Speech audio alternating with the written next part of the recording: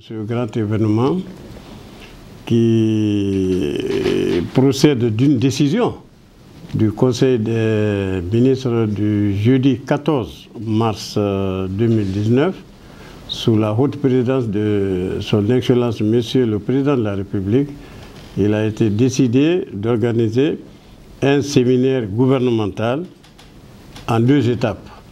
Une première étape, c'est cet atelier qui va regrouper le 28, le 29 et le 30 mars l'ensemble des secrétaires généraux des ministères, les hauts cadres de l'Assemblée nationale, fonctionnaires bien entendu, les hauts cadres de la Cour constitutionnelle, mais également les hauts cadres de la présidence et de la primature, qui dans leur ensemble sont tous impliqués dans l'activité normative gouvernementale.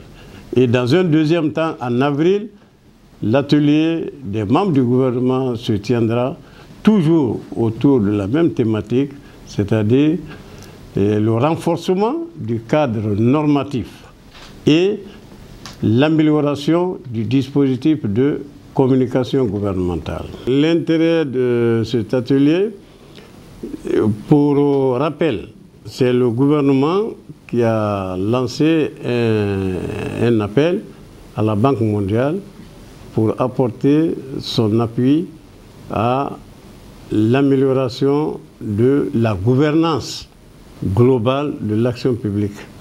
Dans le cadre de ce projet de gouvernance et de renforcement des capacités, la Banque mondiale a recruté 2 consultants qui ont travaillé, un sur le cadre normatif du travail gouvernemental, 2 sur le dispositif de communication gouvernementale.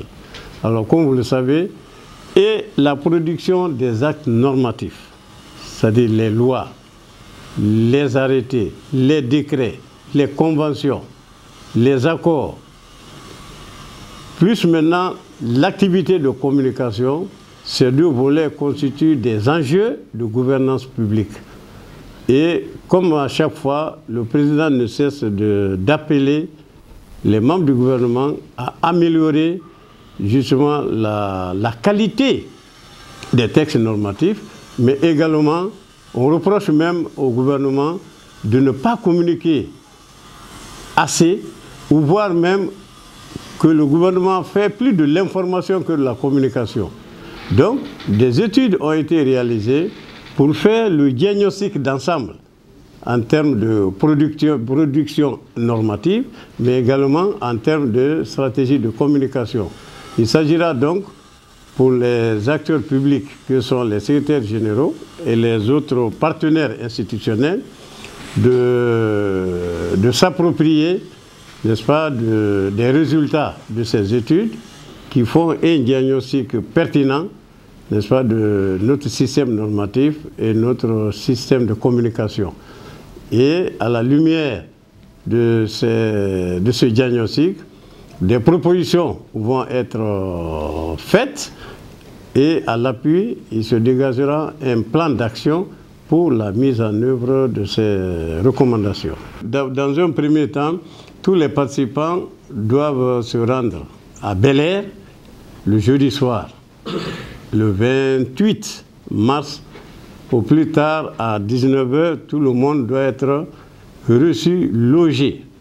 Et le lendemain, le vendredi, la première journée va commencer par la présentation du cadre normatif, n'est-ce pas, du travail gouvernemental.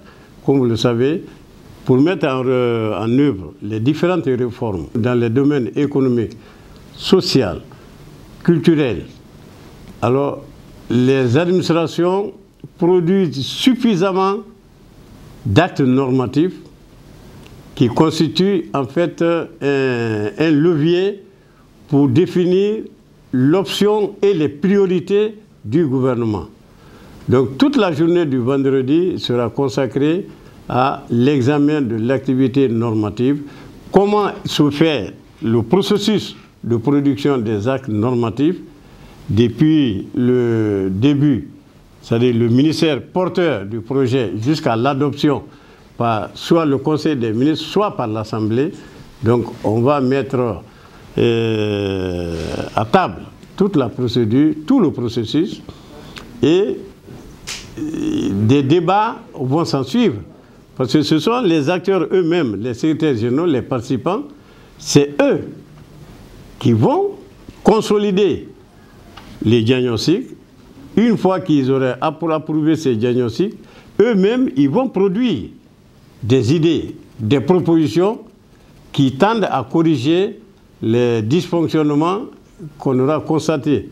Et après, eux-mêmes, ils vont participer également à l'élaboration d'une feuille de route, un plan d'action. Et la deuxième journée, ça sera à peu près la même chose, mais cette fois-ci exclusivement consacrée à l'activité de communication gouvernementale.